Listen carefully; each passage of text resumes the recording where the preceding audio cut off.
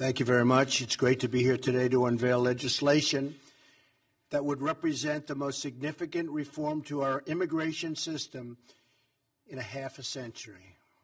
I want to thank Senators Tom Cotton and David Perdue for their tremendous work in putting together this historic and very vital proposal.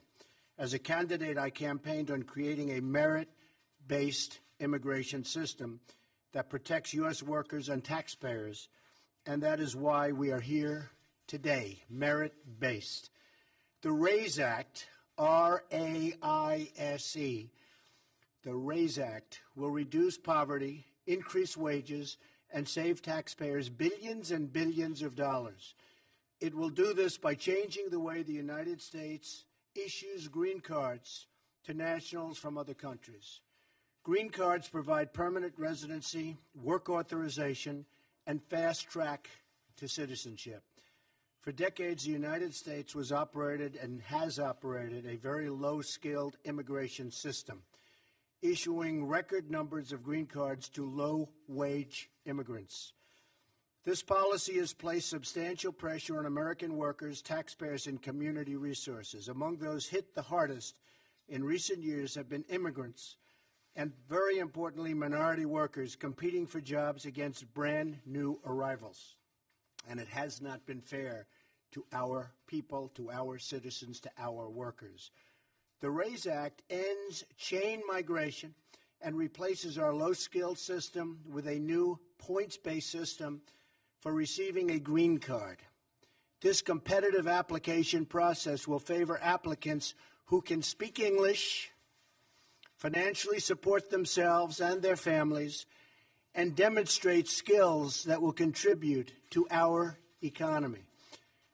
The RAISE Act prevents new migrants and new immigrants from collecting welfare and protects U.S. workers from being displaced. And that's a very big thing. They're not going to come in and just immediately go and collect welfare. That doesn't happen under the RAISE Act. They can't do that. Crucially, the green card reforms in the RAISE Act will give American workers a pay raise by reducing unskilled immigration. This legislation will not only restore our competitive edge in the 21st century, but it will restore the sacred bonds of trust between America and its citizens.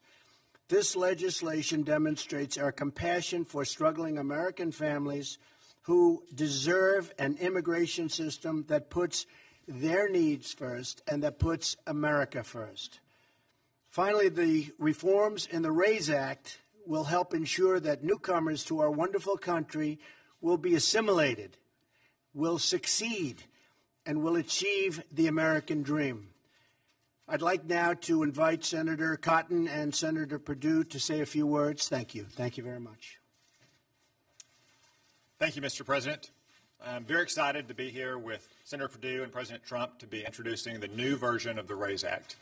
Our legal immigration system should accomplish two main goals. One, it should help American workers get a decent pay raise and have a higher standard of living. And two, it should help promote economic growth, make America more competitive in the world. Our current system simply doesn't do that. It's over a half century old. It is an obsolete disaster, and it's time for it to change. So first, we bring over 1 million immigrants into this country a year. That's like adding the population of Montana every single year, adding the population of Arkansas every 3 years. The vast majority of those immigrants come here not because of their English language abilities or their job skills or their job offer or their educational attainment. In fact, only one in 15 out of 1 million new immigrants come here because of their job skills and their ability to succeed in this economy. That means it puts great downward pressure on people who work with their hands and work on their feet. Now, for some people, they may think that that's a symbol of America's virtue and generosity. I think it's a symbol that we're not committed to working-class Americans, and we need to change that. Second, we also lose out on the very best talent coming to our country, the most ultra-high-skilled immigrants who can come here and bring their entrepreneurial spirit and their innovative capabilities and make a higher wage, create new jobs for other Americans and new immigrants, speak English, and contribute to our economy and stand on their own 2 feet and pay taxes and not receive welfare and not drive down wages for working class Americans. The RAISE Act will change all of that by reorienting our green card system towards people who can speak English, who have high degrees of educational attainment, who have a job offer that pays more than a typical job in their local economy, who are going to create a new business, or who are outstanding in their field around the world. And I'm excited and I look forward to working with Senator Perdue and President Trump to pass this legislation through the Congress and make this kind of very fundamental, sweeping change for the first time in over 50 years to our immigration system. Thank you. Thank you, Tom. Thank you, Mr. President. Good afternoon, everyone. First of all, Mr. President, I want to thank you for your leadership on this immigration topic. I think this is extremely critical for our country. You talked about it often on the campaign trail. You said job one was growing the economy. It's part of why I believe you're standing here and why I'm standing here.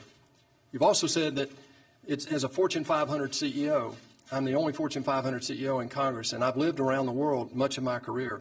And I can tell you nothing that we're going to do right now is more important than this in terms of growing our economy. The reason we need to do this is very simple. Our current system does not work. It keeps America from being competitive, and it does not meet the needs of our economy today. Today, as Tom said, we bring in 1.1 million legal immigrants a year. Over 50% of our households of legal immigrants today participate in our social welfare system. Right now, only 1 out of 15 immigrants that come into our country come in with skills that are employable. We've got to change that. As business guys, Mr. President, you and I understand we need a new approach. We need to fix this immigration system. So we took a look at best practices. We looked at countries like Canada, Australia, and others. What we're introducing today is modeled on the current Canadian and Australian systems. It's pro-worker, it's pro-growth, and it's been proven to work. Both have been extremely successful in attracting highly skilled workers to those countries. We can all agree the goals of our nation's immigration system should be to protect the interests of working Americans, including immigrants, and to welcome talented individuals who come here legally and want to work and make a better life for themselves. Our current system makes it virtually impossible for them to do that. If we're going to continue as the innovator in the world and the leader economically, it's imperative that our immigration system focus on highly skilled permanent workers who can add value to our economy and ultimately achieve their own version of the American dream. What we're talking about today is very simple. It's measured. It's a rational approach to immigration that will allow us to finally fix once and for all this broken system in a strategic way that will reposition America as a global leader economically. Mr. President, I'm proud to stand here with you and Tom Cotton. I look forward to passing this in the U.S. Congress and making this a law of the land and letting it be a sweeping change for America. Thank you. I just want to state that, as you probably have noticed, the stock market hit an all-time record high today, over 22,000. We've picked up substantially now more than $4 trillion in net worth in terms of our country, our stocks, our companies. We have a growth rate, a GDP, which has been much higher than, as you know, anybody anticipated, except maybe us.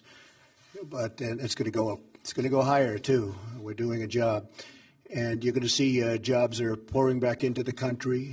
Factories and plants are coming back into the country. We're going to start making product in America again, and that's happening all over. As I mentioned yesterday, Foxconn is going to spend $10 billion in Wisconsin and other places, and I think the $10 billion is going to end up being $30 billion.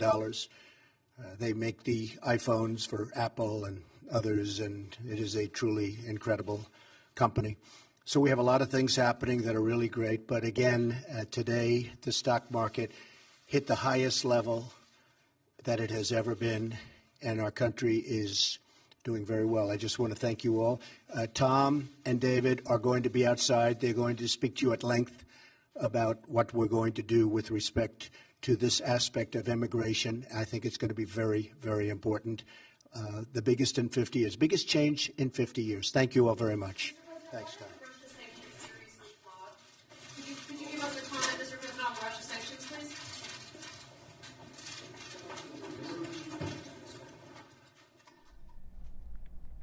There you have President Trump alongside Senators Tom Cotton and David Perdue of Arkansas and Georgia, respectively, announcing new legislation, really a revival of old legislation that would greatly affect immigration as it has existed in this country for the better part of a half century now. I'm Amna Nawaz in New York. We're going to walk through exactly what we know about that bill and its potential impact, and also some other big headlines coming out of Washington today.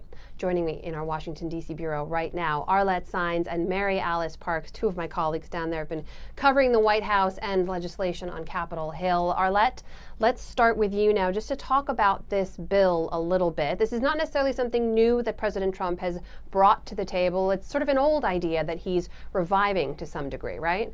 That's right. And, you know, the president has made cracking down on illegal immigration a hallmark of his campaign and his road to the White House. Now this is taking a stab at legal immigration, essentially cutting legal immigration, aiming to cut legal immigration to the country in half. One way that it does so is by eliminating diversity visas. It also is going to limit the number of refugees who can come to the country. The White House and the president saying that it's prioritizing immigrants based on skills, not their family connections. But one thing, as you pointed out, that's interesting is that Senator David Perdue and Senator Tom Cotton, two Republicans, unveiled similar legislation to this earlier in the year, and it really didn't gain any traction on Capitol Hill. Senate leadership hasn't said that they're going to be voting on immigration in the coming future. So it's kind of a big question of will this actually go anywhere, or is this just throwing basically stuff to their base, trying to appeal to those who are seeking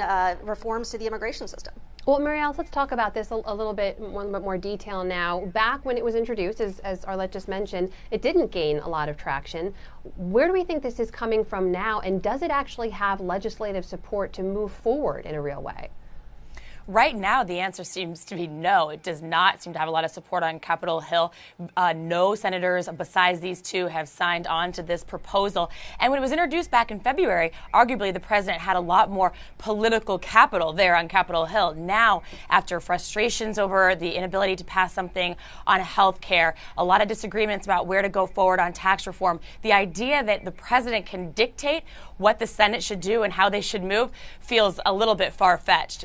Like Arlette was exactly right, saying that, you know, the leadership has just not said this is a priority of theirs. They were noticeably absent from this press conference just now. You know, Mitch McConnell said just yesterday that it was going to be important for him to work on tax reform and the debt ceiling and government funding. Nowhere did he talk about immigration when he laid out his priorities for the fall. Arlette, walk me through a little bit how this fits into sort of the larger White House plan now. I mean, look, as you mentioned, he talked about illegal immigration a lot. This is a stab, as you mentioned, at legal immigration. I'm looking now at the embargoed fact sheet that the White House had put out, now that we can talk about it since the president has announced this bill. And they talked about some of those numbers right there, about 1 million immigrants every year coming in for legal permanent residency, most of them lower unskilled, that they say here. They also say, you know, this is one of the arguments that's been made in a sort of pushback against immigration as a whole, that 50% of those immigrant households end up pulling from social services in some ways compared to 30% of native households. That one phrase, native households, is something we haven't really seen in any White House messaging, this administration or previous. Who is this message intended for when you introduce and uphold some kind of policy like this? When you also heard the senators there talking about some of the changes that this would entail, one of those was that any legal residents or legal immigrants to the country would not be able to collect welfare. They also said, which caught my attention, the fact that those who are English speakers would be the ones prioritized for green cards and visas into this country. That's sending a very, very clear signal about what type of people they want to be bringing in here. Now, we know that immigrant advocate groups are opposed to this, saying that it's actually could hurt industries like agriculture, those that have lower skilled workers coming to this country. We know that the White House has also been pushing other items, so we'll just have to see what else, if anything, is going to be able to gain traction on Capitol Hill, or if there's anything that their DHS could potentially do. Well, Mary Alice, there's been some pushback, obviously, from immigration advocates, but also from some economists who've been looking at the numbers, at the demographic realities, at how our economy works right now, and said, look, this would actually hurt us, not help us. And this is one of the reasons why these proposals are really controversial, especially among Republicans that rely on support from big business, that have close relationships, pride themselves on having close relationships with big businesses in this country. And you're right, some big business leaders, as well as some of the leading economists in this country, say that they're not convinced that limitation would help the economy. In fact, most say that it could really hurt it. But I don't know if we should be surprised by some of this rhetoric from this White House. It fits into what we've heard from the president before, this kind of us versus them tone that they've taken through the entire campaign and the beginning of this presidency. It's very similar to the rhetoric we saw when he rolled out that travel ban, this idea that you are either from here or not, and that is somehow what is important to this White House. But you're right. I mean, there are some really key quotes. I was looking today. The chief of the Economic Outlook Group said that this idea of limiting immigration this much could really increase the risk of a recession in the United States. So it is by far, it is really easy to say that it is clearly a controversial to say the least. And I'm not convinced that economists are convinced it's the right idea. Right. There's a bigger picture here just on the sheer numbers, right, in terms of what the baby boomers age out of the workforce population. That has been, and the projections show, will continue to be filled in by immigrants of working age who end up coming here and filling a lot of those roles. But Arlette, let's talk about this, because this is something a lot of people are going to point to. There's a little bit of hypocrisy behind a lot of this, too. Senator Perdue said right there that what they're trying to put a higher value on is the permanent resident status, people who can come here and permanently contribute to our economy. The president himself, in some of his businesses, specifically at his Florida estate, Mar-a-Lago, relies on temporary foreign workers just to keep his business going. He just recently, last month, applied for 70 more positions. He wants to bring in a whole new crop of seasonal workers for this fall through the spring to be the cooks, to be the housekeepers, to be the people that keep the business going. How do you think the White House reconciles that? Well, this is something that certainly came up over the course of the campaign. It was highlighted over and over that they were using those types of workers. But look, the White House is just going to continue pushing that businesses in this country need to focus on these permanent legal residents. Those are the ones that the White House thinks need to be the ones having these jobs and coming to this country. It's going to be interesting to see how they explain this disparity. I'm sure we'll get some type of explanation from them at the briefing this afternoon, but this is something that certainly has come up over the course of the past 2 years for the president. Mary Alice, there's a larger argument to look into here, too, about exactly who this message is intended for. We've talked a lot about the messages that Mr. Trump campaigned on, the things that he held up as priorities. And we know at his core, in terms of his constituency, there's a white voter who is without a four-year college degree that found resonance in a lot of what the Trump campaign rode on. And you look at the numbers over the last couple of months, his support, his approval in that segment of the population has been falling. We've had people who run the polls basically saying this is a huge problem for an administration that relied on these people, that will rely on this segment of the American population moving forward. If you see a 10-point dip in 1 month, as Quinnipiac found between April and May, that's a problem. Do we think some of these policies, some of this messaging could be in response to that? Oh, absolutely. This is designed to appeal directly to that base of support and say, it's designed to say that, look, I haven't changed. This is what I campaigned on. This is what I'm sticking to. Washington can't change me. You might be hearing headlines of a dysfunctional White House. You might be hearing headlines of issues on Capitol Hill. But come back to my original message, my original platform. I haven't changed. This is what I campaigned on. I think you're exactly right. We've seen the president do this time and time again. When things aren't going great, he goes back to his original message. And that makes sense. Those are the folks that largely put him in the White House. You're exactly right. That's where his core base remains. But like we've been talking about, whether or not he has enough broad appeal across the country and on Capitol Hill to actually move some of these policy proposals into solid legislation and into law remains to be seen. Arlette, the other big headline coming out of Washington today, of course, this Russia sanctions bill. There's been a lot of hemming and hawing. When would it happen? When would it not? Would it happen at all? It happened without much fanfare, though. Tell me the story behind that. That's right. So the Senate went ahead and passed those new sanctions against Russia, in part not only for their involvement in Ukraine, but also for their involvement in the election meddling in 2016. They passed that last week, and Congress sent the bill over to the president on Friday. So he's had it sitting on his desk waiting for his signature or potential veto since Friday. The White House indicated over the weekend that he would sign it, but then there was a bit of a delay. People were wondering, why wait so long if you've already said you're going to sign it? The White House yesterday saying that they were undergoing a review process relating to that. But then you had Secretary of State Rex Tillerson yesterday kind of make some curious comments saying the president and I aren't happy with this bill. And when the president signed it today, it was done behind closed doors, and they released a statement afterwards which actually expresses the president's reservations with the bill. So he said, I'm going to go ahead and sign this, but he said that it's seriously flawed. And you heard in that event just a little while ago, our senior White House correspondent, Cecilia Vega, attempt to ask the president what he meant by that. The president walked out, did not answer the question, but the White House has always expressed reservations about this bill. And yesterday, Secretary of State Rex Tillerson was saying that it could actually impede U.S. relations with Russia as they are trying to get things on a better course with the country. Well, there's sure to be some more questions about that in any briefing that's coming up soon. Arlette Saenz and Mary Alice Parks, thanks so much for making the time. Always good to talk to you guys. Thanks. And thanks to you for watching as well. Remember, you can always go to abcnews.com anytime for continuing coverage on this story and many, many others. For now, I'm Amna Nawaz, and I'll see you back here soon.